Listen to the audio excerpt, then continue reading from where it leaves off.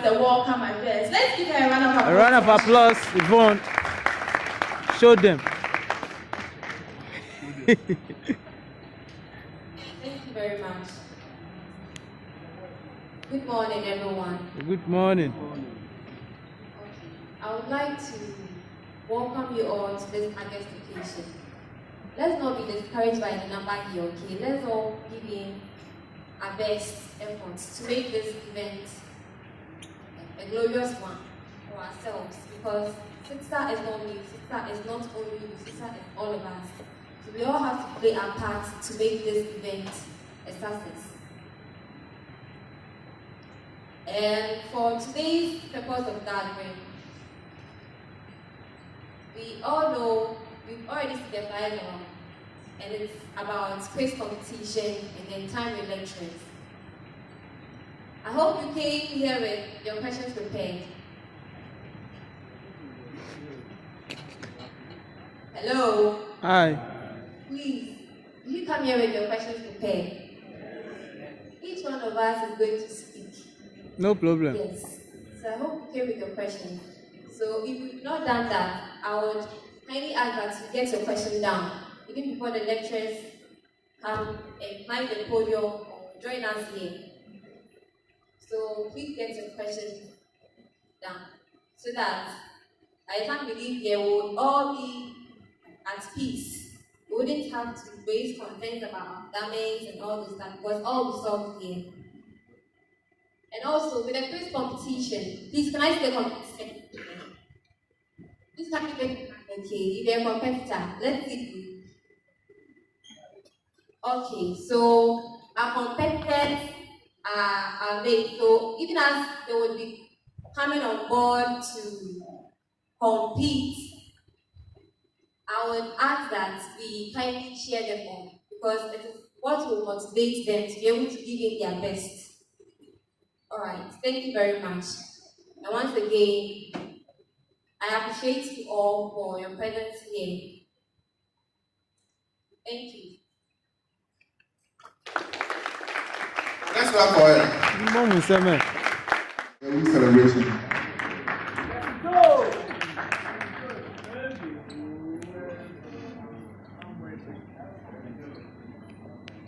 Good morning, everyone. Morning. I hope you're all well. Yes. CITSA. CITSA. All right. Thank you very much. I hope you all know the reason and the purpose of today's gathering. Before I start with my speech and the lunch, I'd like to introduce some dignitaries that we have in our midst.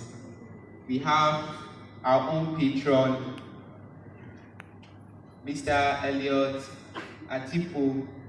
We'd like him to wave us at. We have our other lecturer, Dr. Ellis Egan. You are all welcome to this event.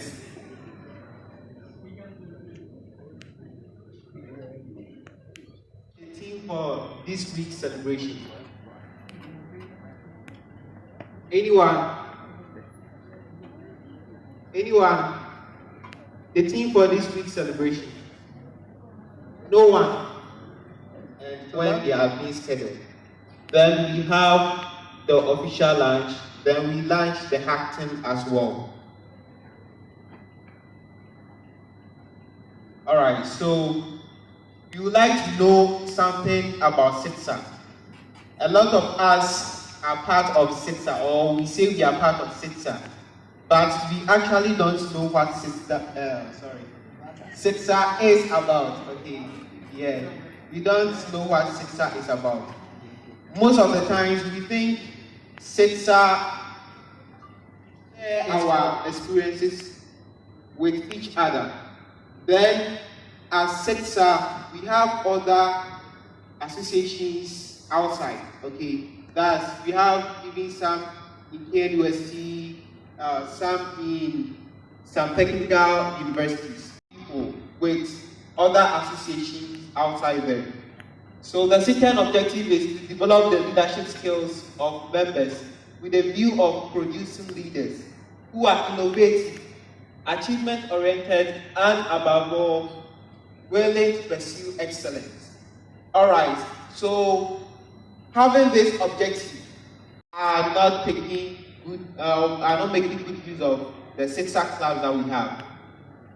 We have multimedia club, we have cybersecurity, we have web development, we have networking, but a lot of us are not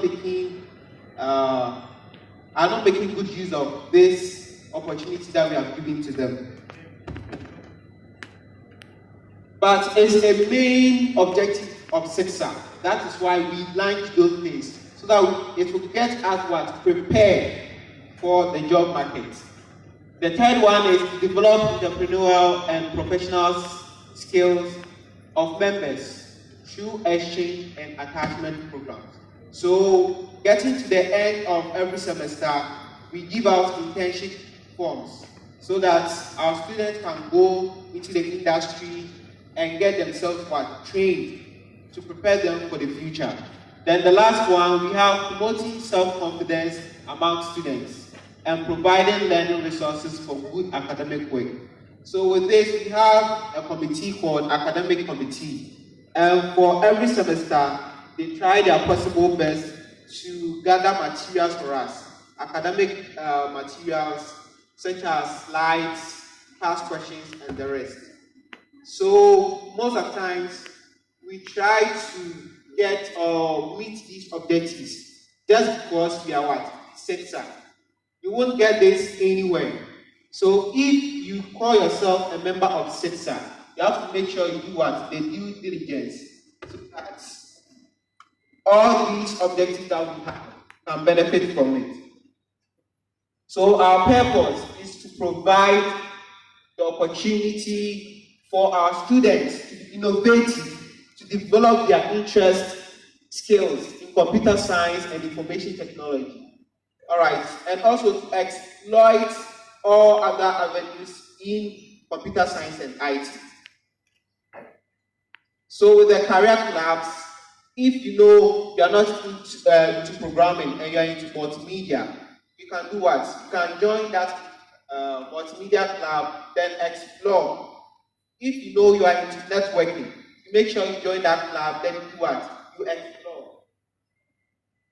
All right, so there's one thing that most of us, we actually don't do.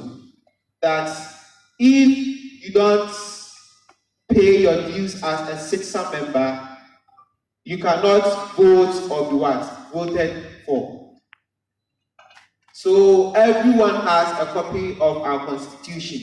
And for our constitution, the section 14, that's voting from C to E, point C to E.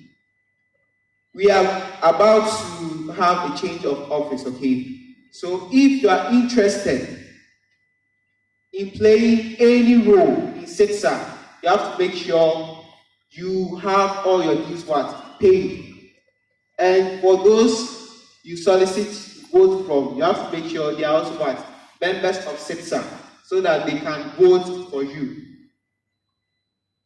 All right, so for the second semester, we have this outline. We have the civic celebration, we have industrial educational trip, that one has not been confirmed yet. We have dinner and awards night, and we have CITSA elections. All right, so why did we choose youth and technology, preparing for the future? Who are into technology are the youth. But how best do we use this technology to prepare for our future?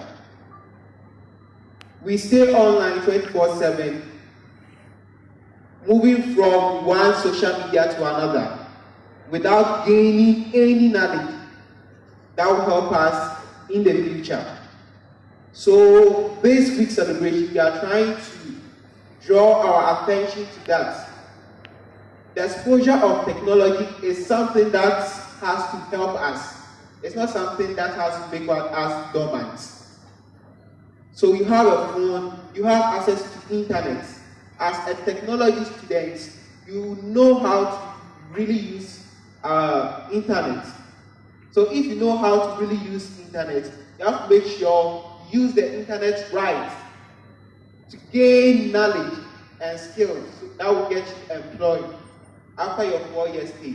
Because I always say, unless you want to remain in academia, if you want to get to the industry, you have to make sure you get what? A skill. You can get the classes that you want, but if you don't have the skill, after being employed, you'll be what? You might be sacked because you will not be able to meet the targets that you need. So let's make sure as we use our technology, we use it right with the needed answers. So for day 2, we have cybersecurity seminar and the CTF challenge or competition. So let's make sure tomorrow we come here and be part of the cybersecurity competition. There will be companies coming around, and if you're able to show off what you have, it will open a way for you. So let's make sure we join that. Day 3, we are going to have career fair and exhibition. Career fair and exhibition. That's for the day 3. For the day 4, we are going to have a seminar especially for the ladies. So the ladies will have the time to meet their the female lecturers that we have, so that they can have an interaction. It seems most of the time the ladies seems dormant when it comes to striving for skills and position in IT and computer science. But we are trying to build, close that gap or break that gap. So with that one, the CITSA Ladies Seminar is going to help. We have tech clinic, we have blood donation. So we had this info from UCC Blood Bank that there is shortage of blood. And a lot of people are dying just because there is no blood. So we thought it wise to add it to the activities that we are going to have this week, so that as part of we reaching out to the university community, we can extend it towards the whole of Cape Coast. So in the evening, there is going to be a games night. That's for the Thursday. And for the Friday and the weekend, we are going to have a movie night on Friday evening. Then on the weekend, we are going to have a ponchika as usual. So these are activities that we have arranged for the week celebration. All right, so today we launched the hackathon as well. When we talk about hackathon, it's just like programming competition. So we have various groups who have registered to compete. We have a company called Tentable, okay? So Tentable has given out a question, a problem. So these groups are going to compete. These groups are going to compete by solving the programming question. Then on Wednesday, they will come here, they will present whatever they have worked on. Then after that, we will pick out the winner out of them. All right, so with this, we officially launch the week celebration. So the next activity that is there is for us to have an interaction with our lecturers. Thank you.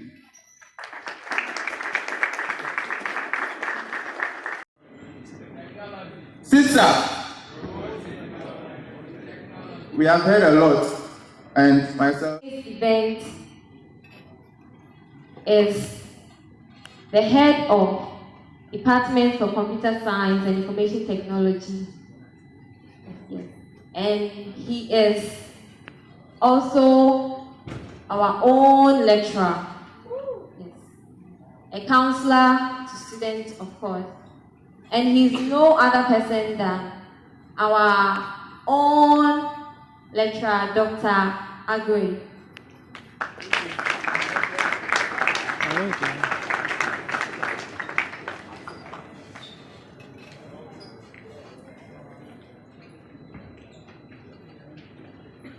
Before that, we joined by some of our lecturers, so I would like to introduce them before the chairperson and then the co-chair comes to take.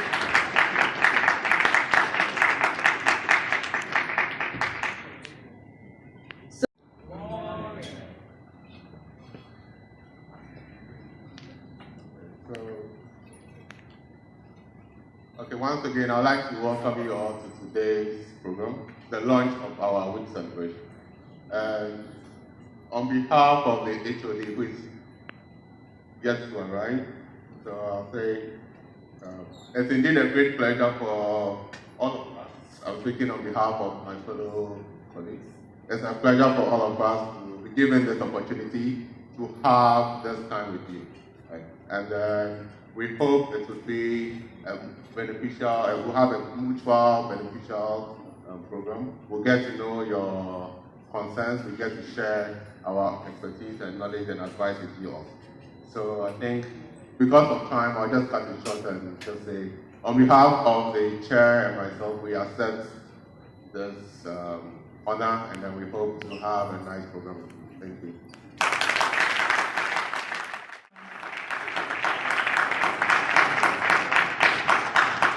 All right, good morning, everyone. Good morning, everyone. Okay, so without wasting my time, let's all be on our feet as we welcome our lecturers to sit up here for us. Let's give it to them. Let's give it to them. We welcome our lecturers to join Dr. Ellis up and say, oh, you are not doing well, you are not doing well. Appreciate them.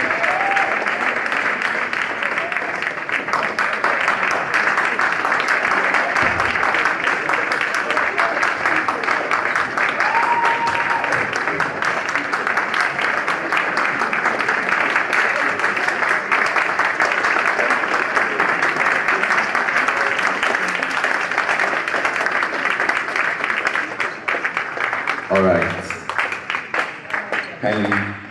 Kindly have your seats. All right, so many a times when we find ourselves in an institution like this, sometimes we have questions that. All right, so now the question thrown to us, any relationship between academic and industry? Definitely there's a huge association, there's a huge link between academia and industry. So for starters, in academia, we tend to groom students, okay, from level 100 to level 400 by teaching them soft skills, hands-on practical skills, such as you're already aware, programming, languages, database, installing.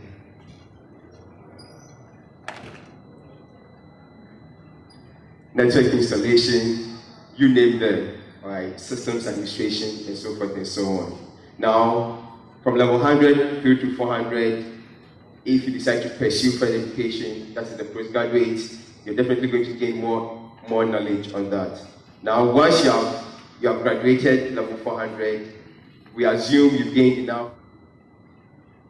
That's the major points there. So, besides academia and all that, industry also expects us to, whilst you are students, you take on some hands-on projects. As your president rightly said, on Wednesday or Thursday, you'll be having an exhibition where you show off what you've done and what you can do. So the invited industry personnel will be here to examine your work as well. Thank you so much. Let's read them. I can't hear you. CITSA. All right, so let me also welcome you guys. Pardon me, I'm not feeling too well, so just get used to it. Okay, so as a patron, maybe I might say some few things before I tackle some of your questions. We expect you to fill this whole place. At least our current population, we are over 1,000. And we're expecting that you guys will actually come in your numbers, but you are not. We try to block some lectures just to make way for you guys, but looking at the numbers here, we don't feel encouraged to continue. So what's happening to your colleagues and why are you not here in your numbers? Critical thinking. Physics practicals. Anyway, so this week is your week. We want to encourage you to fully partake in it. All right? So let me start with a little bit background and history, then from there I think we can tackle some of the questions. All right, so those of us here, mostly we have graduates from KNUST and the UCC. Majority are products of this same department. So I think you want to clap for them. Yeah. So they will introduce themselves when they get there. So happy to be their senior because I was a TA when some of them were students. Happy to be their TA back then. All right, so myself, I never thought of becoming a lecturer. I mean, it's not something you actually think of. So when I finished my first degree and I was wondering, where do I do my national service? The HOD then saw something in me and said, hey, you are here to stay. So that's why I stayed, and I realized that I love to actually impart knowledge. And the president made some comments that if you're actually looking for money or if you want to become a millionaire, you know where to go. You don't stay in the classroom, you go out there. The money is actually out there. But it's a calling. I mean, I see teaching to be a calling, something to actually partake. We just love to do the job, and that's it. Okay, so about Ashasi and trying to trace where their students are, we also do trace. There's something we call a tracer study. Just that this, we leave it to the alumni association. Right after school, you belong to the alumni. And trust me, when they send messages around, trying to track you, you guys don't respond. You don't give feedback. So I think that has been the major challenge. But we are trying our very best to track. And trust me, the moment you finish school, that's it. You don't want to even come back and contribute or impact to the structures that made you who you are today. So the moment you finish, you belong to the alumni, and then from there, they ask of information. We are proud to say that, our products are here, there, and all of that. And I must say that we run one of the best programs in the country. I say that because of where our products are. A couple of them have finished with their terminal degrees, and most of them are all over the industry, very competitive. And those we are proud of where they are. And certainly we'll be happy to come here and give a profile that we have the industry, this number on their own, a number of entrepreneurs and all of that. So there is a tracer study, and we want to encourage you right after school, become part of the alumni, and let's have more engagement. Okay, and then degree over non-degree. What I'll say is that most of the adverts for positions that you see, I believe that they mention first degree. Most of the adverts you see, at least they talk about first degree or a master's. So that should tell you that you have an advantage over them. Though we need a skill, but at least first degree should be the basis. We are getting to a point where the first degree itself is not being enough. We are talking about second degree. We are getting to a point where everybody has a first degree, so that one might not be enough. They are talking about you going further. So most of the job application, the requirements, at least they need a first degree. That's why there is a need for it. And then computer science. Is there a need to learn physics or the practical? Is there a practical you're interested in or actual? The practical. But you know that the physics is good for you. But the practical is your concern. Try your theoretical concept into practice. That is the challenge that you have.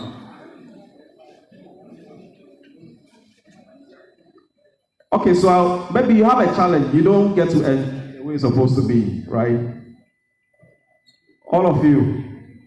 Now, what is the problem with the practicals now? You don't get to, all of you are put together to just, work on one simple experiment. What is the concern now?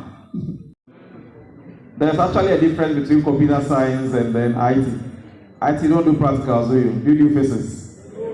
No. So computer science is math plus computing, or the physical sciences plus the computer. Your physics might help you to...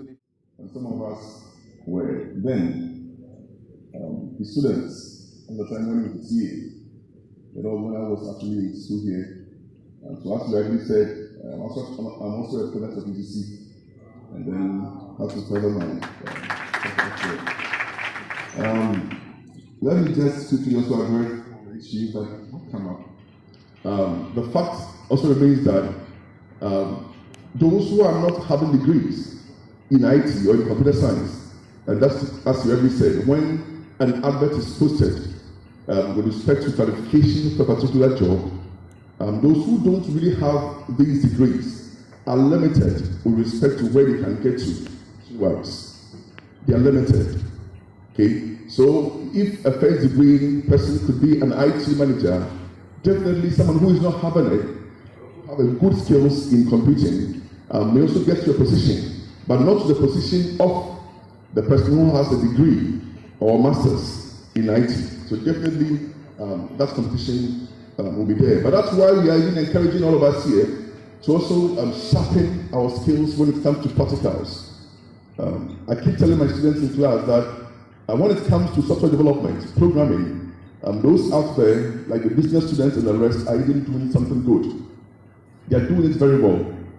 Now today, programming has even been introduced in most of the courses, or most of the programs, in the business school, the social science faculty, and the other places. So they are all having idea on programming. But what makes the difference between us and them is what we can do and do better. They don't really apply some of the rules of software engineering, but they are just programming. They're just writing software just to suit what they want to do. But you don't just write, but you apply some of the rules that need to be done there. Some ethical issues in there, you apply them. So there was always a difference between people who have degrees in computer science or IT as against those who have just had a knowledge elsewhere. Thank you. I believe my other colleagues also add more to that. Thank you.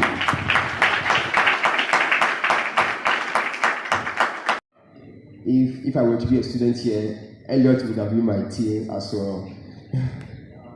So benefits of, just to touch on, just to add up to what my colleagues have already said, benefits of the certificate over the diploma, the university certificate over the certification courses others are doing for employment. Now, aside these, some employers look out for certain skills, right? So I can and then be online and go through some 6 weeks, 8 weeks, 1 year course certification, and I can equally have the skills that you have. But some employers look out for other things beyond the certification, such as how you socialize, how you network with your colleagues and stuff, how you network with your colleagues, entrepreneurship, skills, how you think, how you reason, and all that. Now, the person sitting at home, studying behind a computer online, doesn't have these skills that you're supposed to gain on campus during your 4 years. You are in a class of, say, 50 to 150, a number of students, 50 to 150 students. Now, we expect you to learn other skills besides gaining knowledge from a classroom. So just to summarize it, some employers look out for other things beyond the certification. And physics and mathematics. For instance, for the mathematics, when you decide to delve into security, you need a lot of modulus and indices, right? And I'm sure you've already done some of these things, 5 modulus, 2, and all that. Now, security, network security, computer security deals with a lot of mathematics, computation, and you need them. So, as much as possible, try your best to study hard, not just pass, but gain some knowledge. And with the physics, you need them especially in the embedded systems area, right? When it comes to AI, robotics, you need a lot of mathematics. Computer graphics, you need a lot of mathematics. So it's not just the programming skills alone. Thank you so much. Then I would want to address one question that was asked concerning the relevance, concerning the advantage that degree holders have over those who don't have. You know, personally, I love those who are in the industry.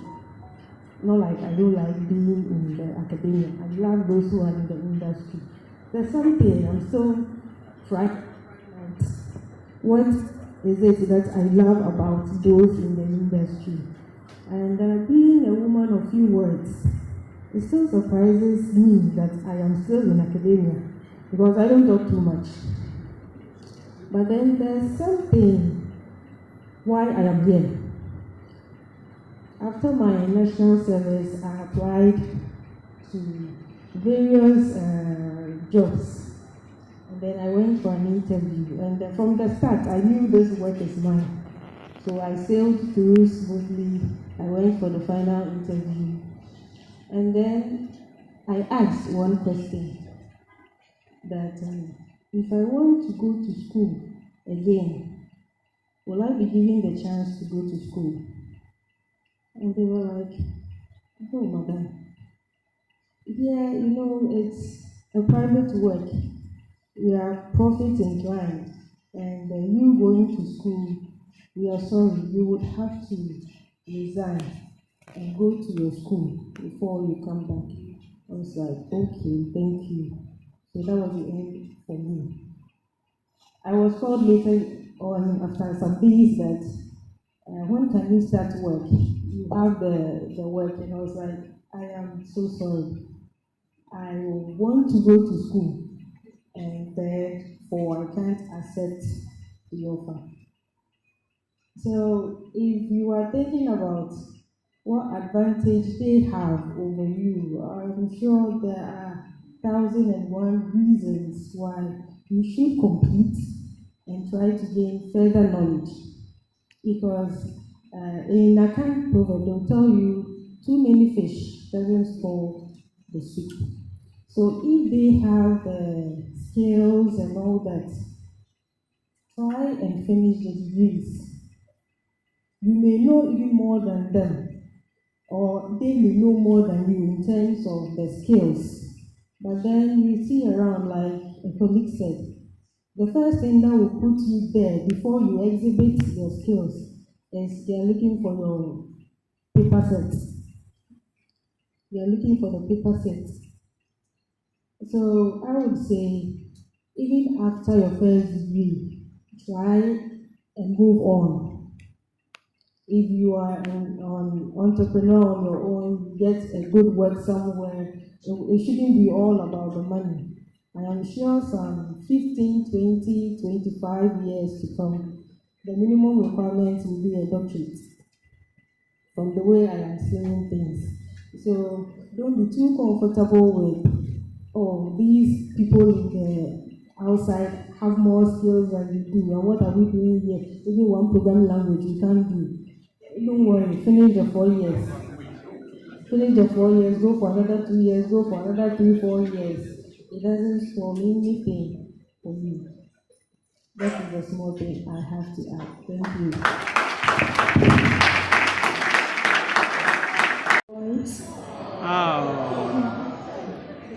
So I'm also a product of music. Yeah.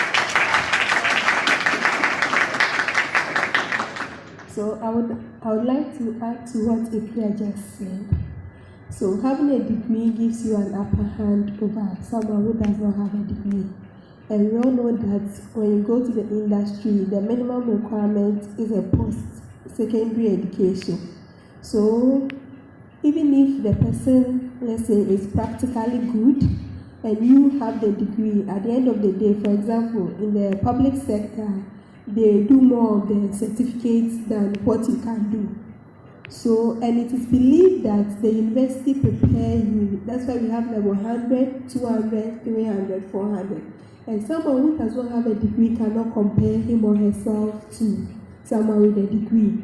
The person can be practically good, but at the end of the day, you have gone through a training, let me say a training, like the military training. So you have more exposure over there. So the person can be practically good, but at the end of the day, if they are to take the two of you on, you stand the higher chance than the other. So don't think that having a degree, maybe the person had it in a quick way, sat in his room, studied the thing, and now he's making it out there. But when you get the degree and you also build yourself up and become practically good, you have two things. You are practically good, and then you have a certificate. But he just have practical experience. So don't ever think the degree is not, or the technical people are much more better than you. It is better for you to pursue degree and pursue more degree and when you get more certificates, you get more money. So don't hesitate to go to school. Thank you.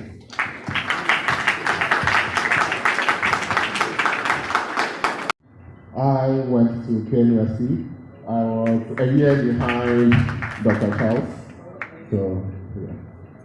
But, okay. Natural path, I never planned on being a lecturer. I wanted to go into the industry. Right? But during my master's, I realized that there was kind of a vast difference between what I thought I knew from the undergrad and what they expected me to know. So I think I felt like there might be some things that we need to change in our education system. So it kind of turned more into trying to be like coming into the academia, trying to kind of impact in that area. So that's why I ended up in academia. And then for some of your questions, the first one, degree versus non-degree. Okay. So I said, in the ideal case, there shouldn't be any, right? And then, but we have to put it in our context. Okay? When you look in other countries, like US, etc., it's very easy to get good job,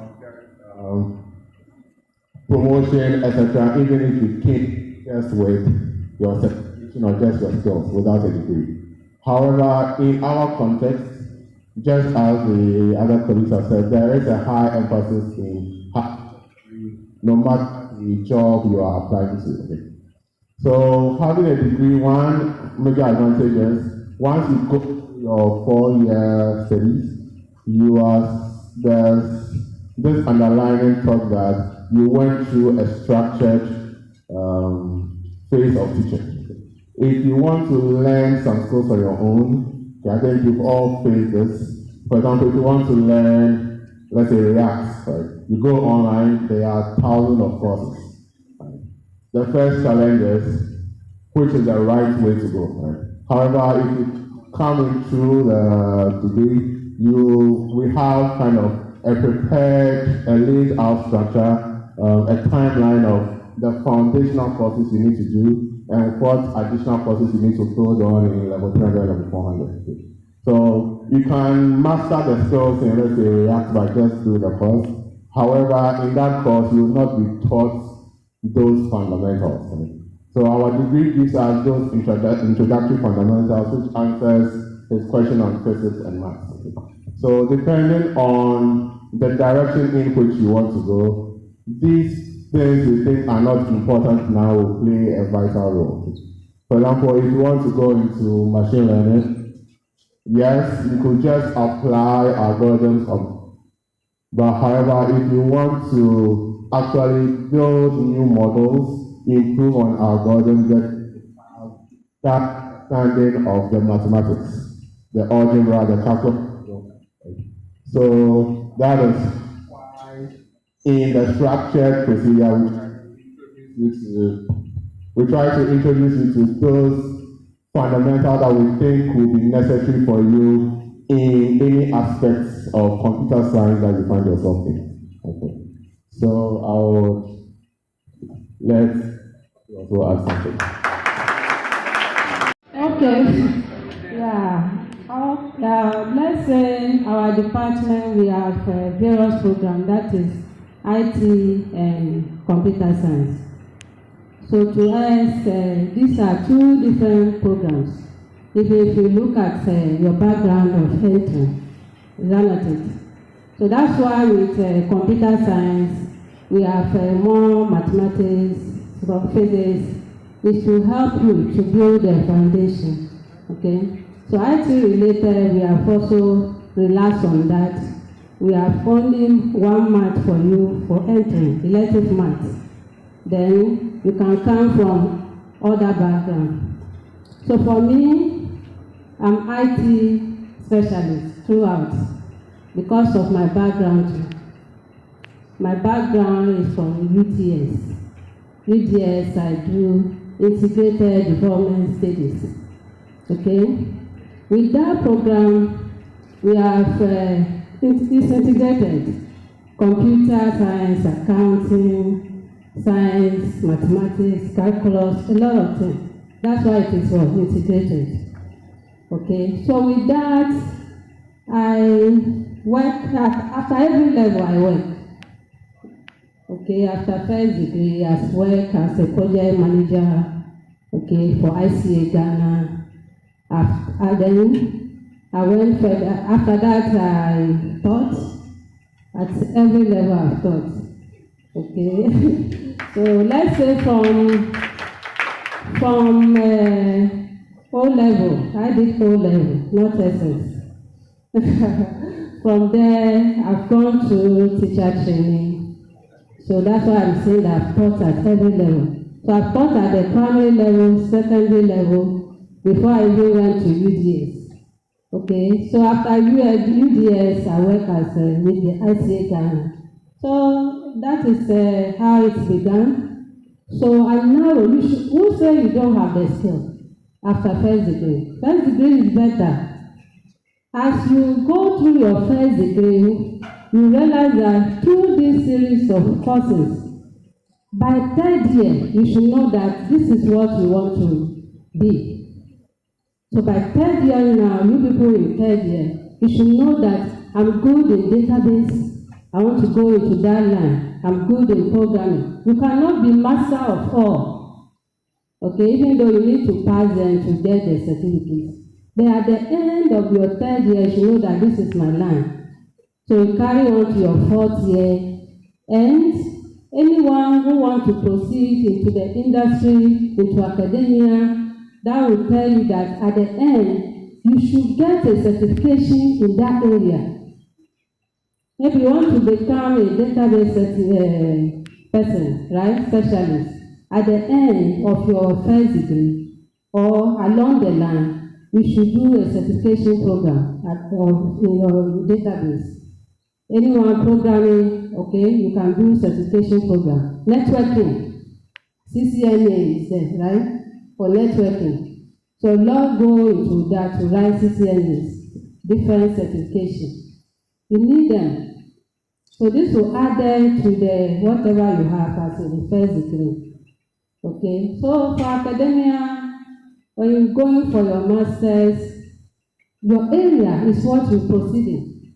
You should proceed with in that area. You should proceed with it.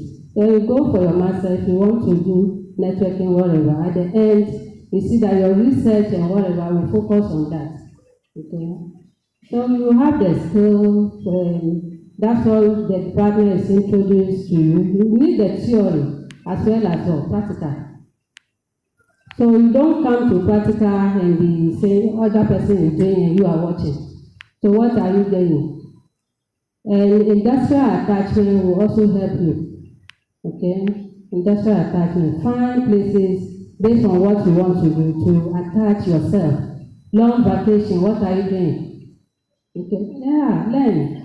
Attach yourself, and apart from that, even your colleagues, those who think they are good, during vacation you can work together. Let's come and develop this project. Let's solve this problem together. You learn it. And that is important because when you go for interview, My first interview with ICA after first degree, we were given the problem. You select one. Then you write the timeline, whatever. For 1 week, we are supposed to be there. For that, just interview. After that, we write the proposal.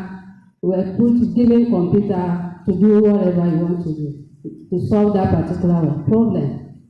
You see the application. So it's not just asking you what is this, what is that. You will be given the practical to do. So if you don't get it done, then each stage people were living. Each stage of the interview people were living. Proposal stage, the face-to-face, before the final face-to-face. Okay? So don't just forget what you've been learning. You have to apply them to whatever level you find yourself. Okay? It is never easy for anybody. So I remember when I went for masters, the programming, it scared me. Yeah, it scared. It was scared. Because this level, we were not introduced to any programming. The master level, like 4 programming courses I have to do. I even went ahead to change my program with the international office. That was in US. I want to change the management. He said with management you have to write GMAT.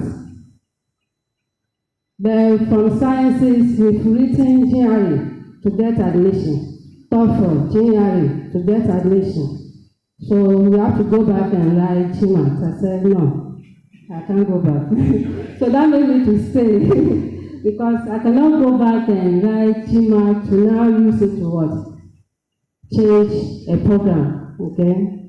So sometimes we need dedication, okay, and guidance, okay, to be able to succeed, okay? It wasn't easy, but when I realized I have to sit up, okay?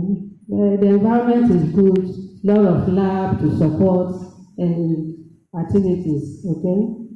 So let's I'll conclude by saying that certification, your first degree too is important. That's why you are here. You all went through it. So at the end, you have to narrow down to something. Then through that, you can write certification to add or any other attachment to do in addition to that. Thank you.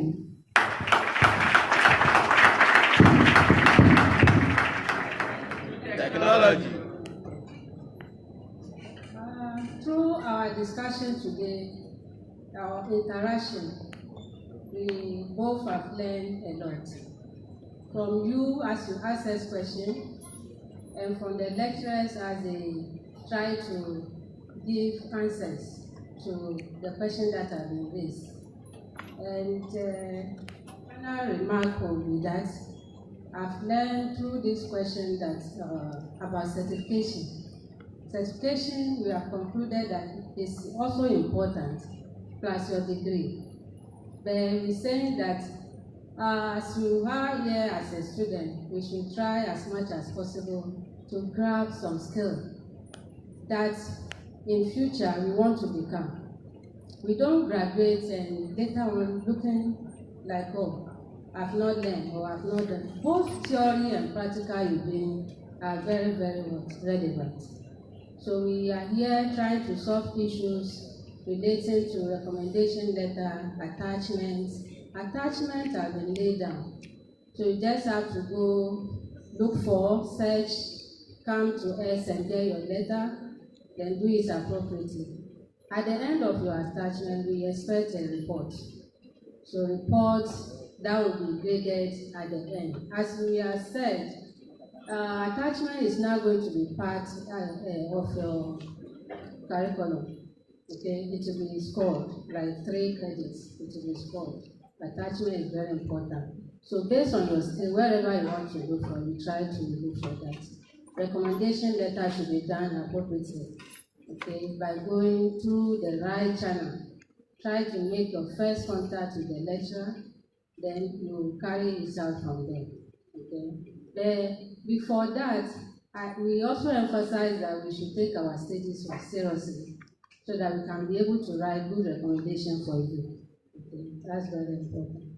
So the floor is still open, either here or outside outside. So lecturers are here for you. You can still contact us anywhere you meet us. Thank you.